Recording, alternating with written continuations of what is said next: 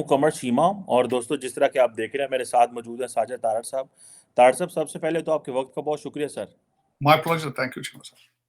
तारड़ साहब, कुछ दो तीन स्टोरीज हैं जो आपके साथ डिस्कस करनी है। एक तो इमरान खान साहब ने 6 महीने पाकिस्तानी अवाम को बेवकूफ़ बनाया कि अमेरिका के खिलाफ करते रहे, और बाद में अभी कहते हैं कि मेरा तो अमेरिका से मसला ही कोई नहीं है, मेरी जहाँ तक ज़ात का मसला है तो मैं अब अमेरिका के खिलाफ नहीं हूँ, जो उन्होंने करना था उन्होंने कर लिया। दूसरा जो है वो जो एक लड़का है आफ्ताब, जिसने इंडिया के अंदर एक अपनी ही फ्रेंड को जो है उसको 30 टोटे करके उसको जो है ना फ्रीजर में डाल दिया।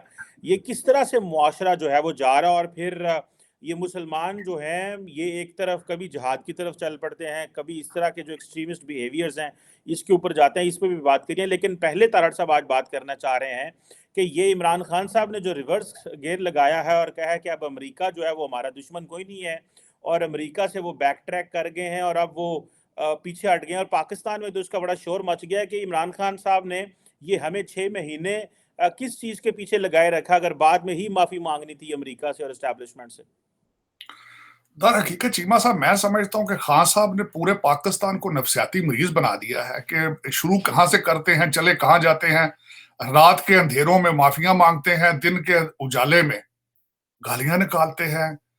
एक अजीब सा कशमकश है। आरफ अलवी साहब मुसलसल मिन्नतें कर रहे हैं एस्टेब्लिशमेंट की, मुलाकातें कराने के लिए मुख्तलिफ पैकेज दिए जा रहे हैं। एक एक अपॉइंटमेंट के ऊपर इस तरह है कि खान साहब जिस तरह उनको एक भयानक ख्वाब की तरह वो नजर आ रही है एक अपॉइंटमेंट। और खैर उन्होंने अपने एक बयान में, जब उनकी अपनी कोर कमेटी थी, खान साहब का बयानिया ये था कि अगर एक खास आर्मी ऑफिसर अगर आर्मी चीफ बन गए तो मेरी सियासत खत्म है, फिर दोबारा मैं इलेक्शन नहीं जीत सकूंगा। फिर खान साहब ने इतने बुरे तरीके से उसे एक डिपार्टमेंट को टेंटेड कर दिया है। उन्होंने कहा है कि जो भी इसमें आर्मी चीफ नया बनेगा वो नवाज शरीफ और जरदारी की मदद करने के लिए बनेगा।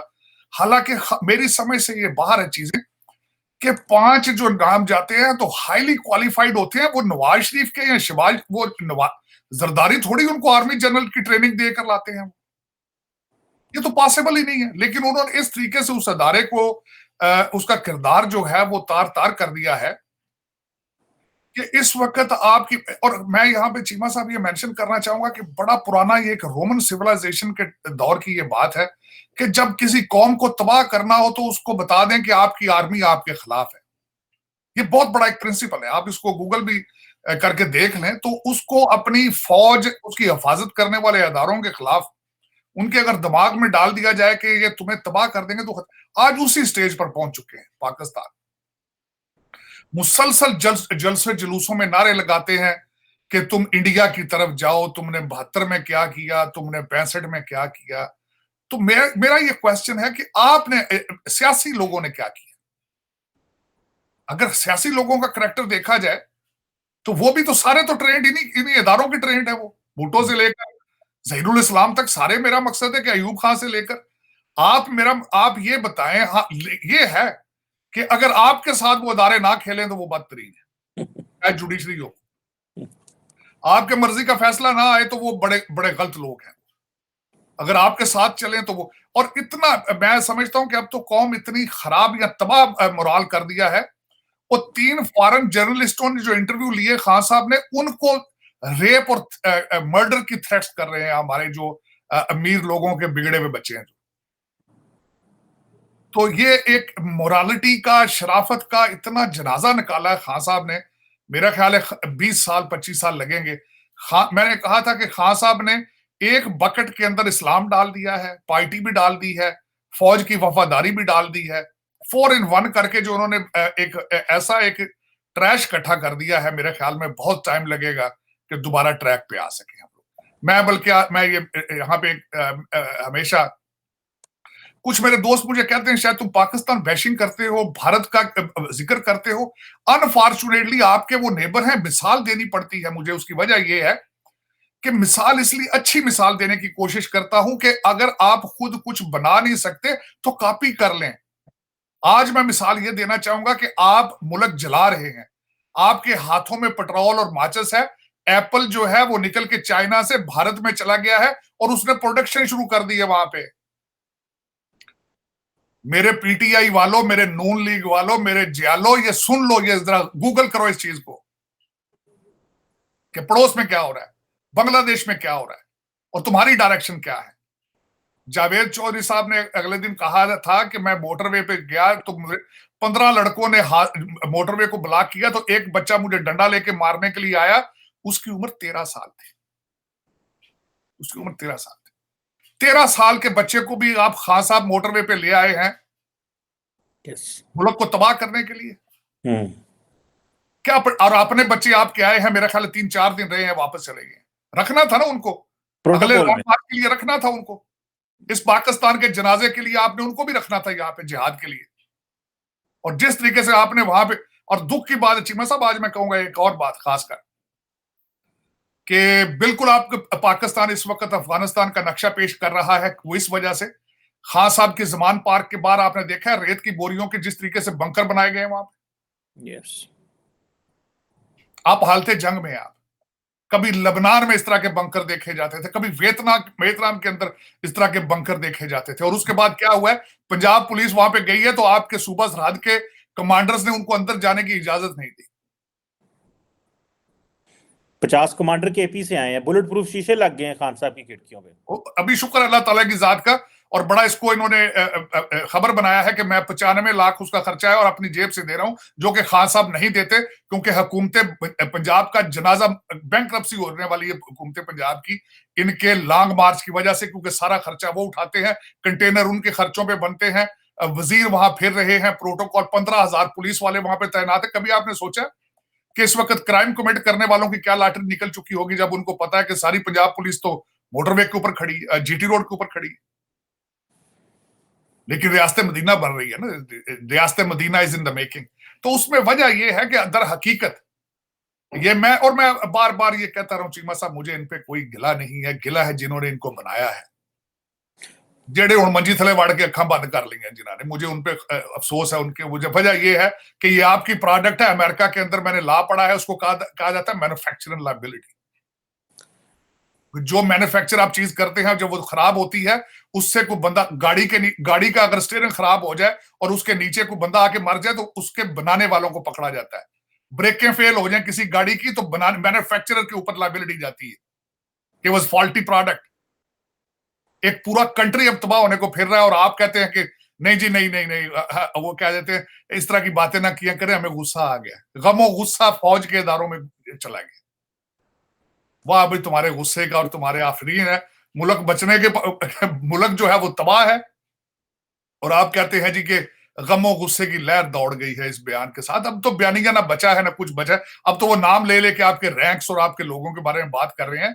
अब आपके लिए मेरा ख्याल है ना कोई रेड लाइन है ना ग्रे लाइन है, अब आपकी सिर्फ लाइन ही रह चुकी है और कुछ भी नहीं। लाइनें मारो और उसको एंजॉय करो लाइनें। अब तो मैं कई दफा मुसलसल देख रहा हूं कि इंटरनेशनल चैनल्स के ऊपर आपके इंटरनेशनल चैनल्स पे लोग आपके बारे में क्या बातें कर रहे हैं, अफसोस है। तारड़ साहब, इमरान खान साहब की सियासत में अखलाकियात बहुत सिखाते हैं।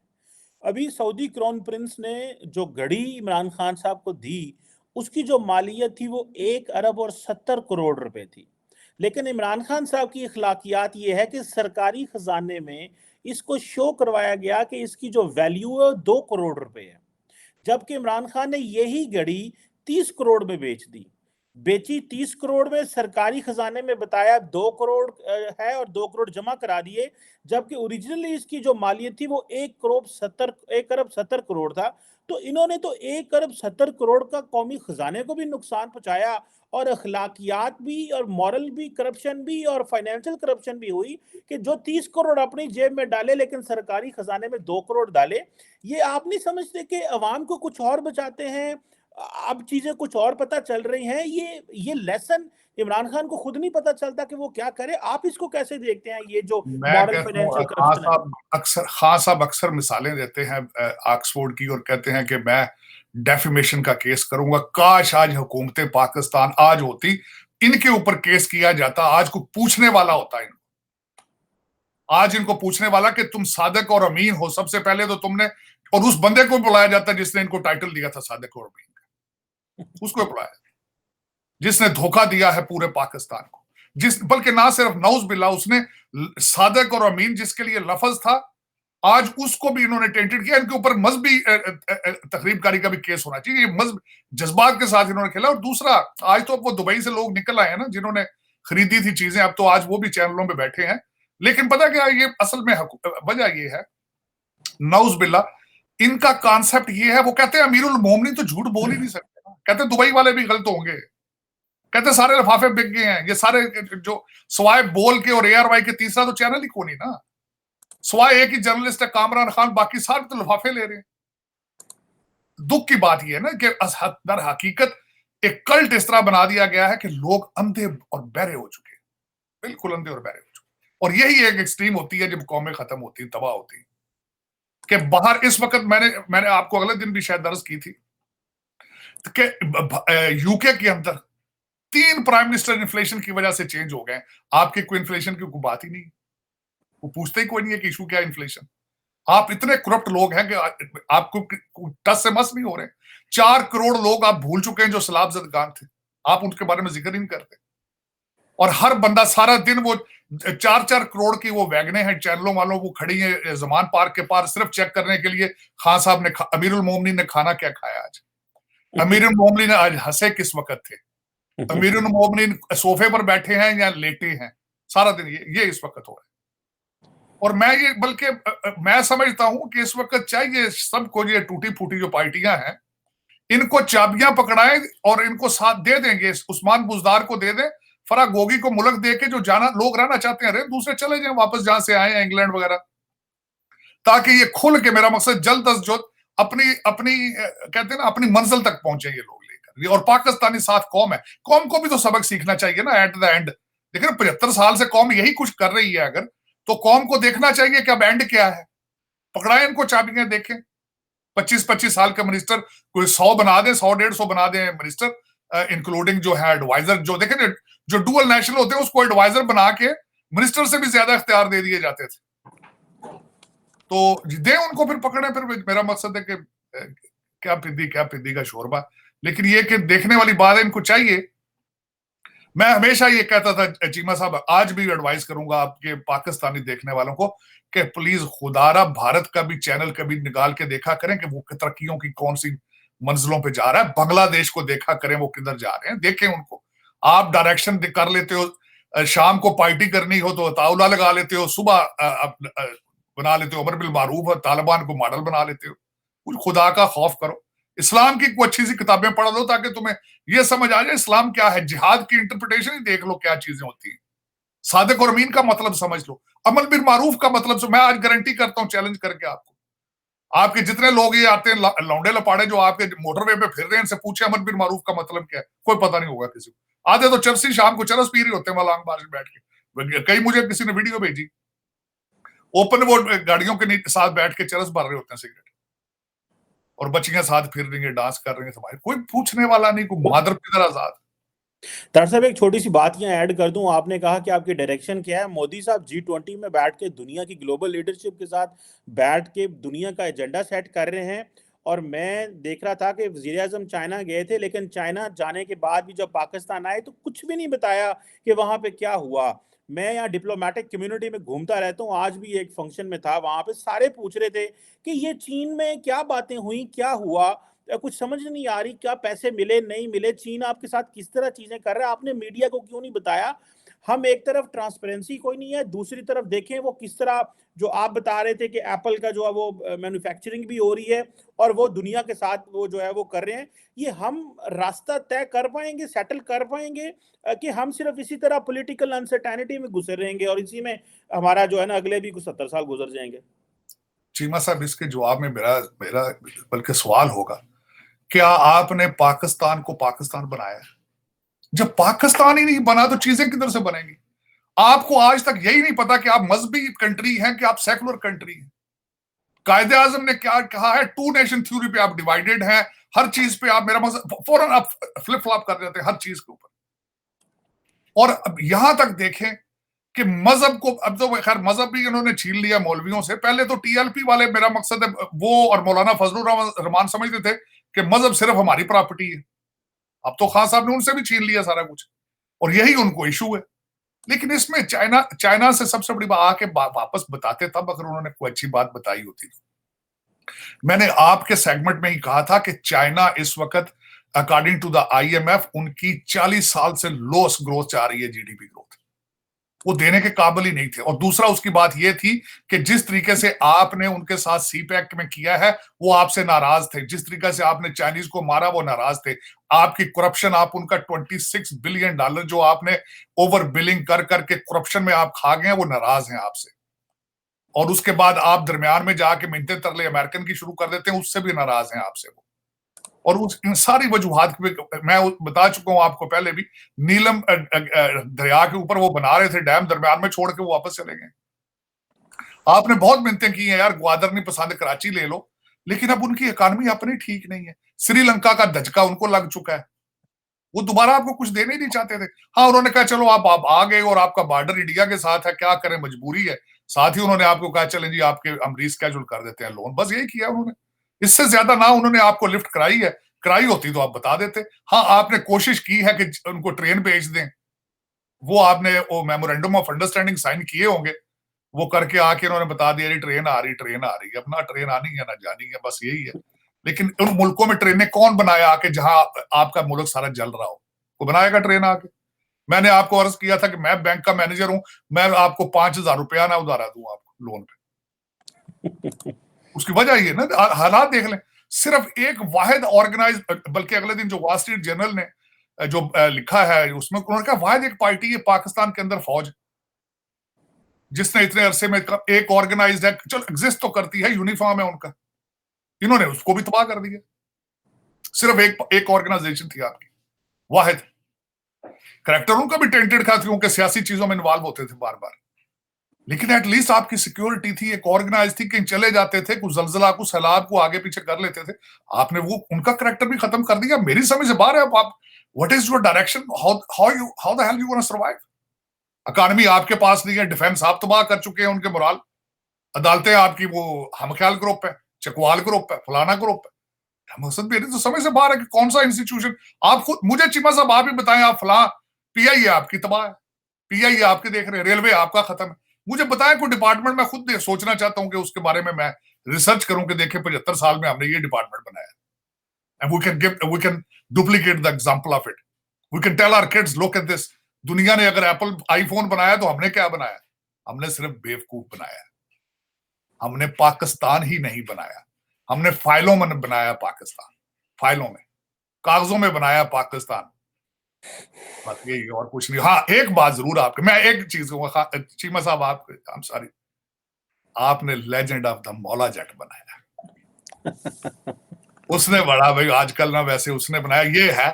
और दूसरा मेरा ख्याल है लेजेंड ऑफ इमरान खान साहब खुद बनाएंगे, क्योंकि वो भी बहुत बड़े एंटरटेनर बन चुके हैं इस वक्त, स्टेज ड्रामों का और वो टोटे चलाने और लोगों के नाम रखने और सारा कुछ। खान साहब एंटरटेनमेंट इंडस्ट्री में जाए, he will make Bollywood embarrassing man, he is a star.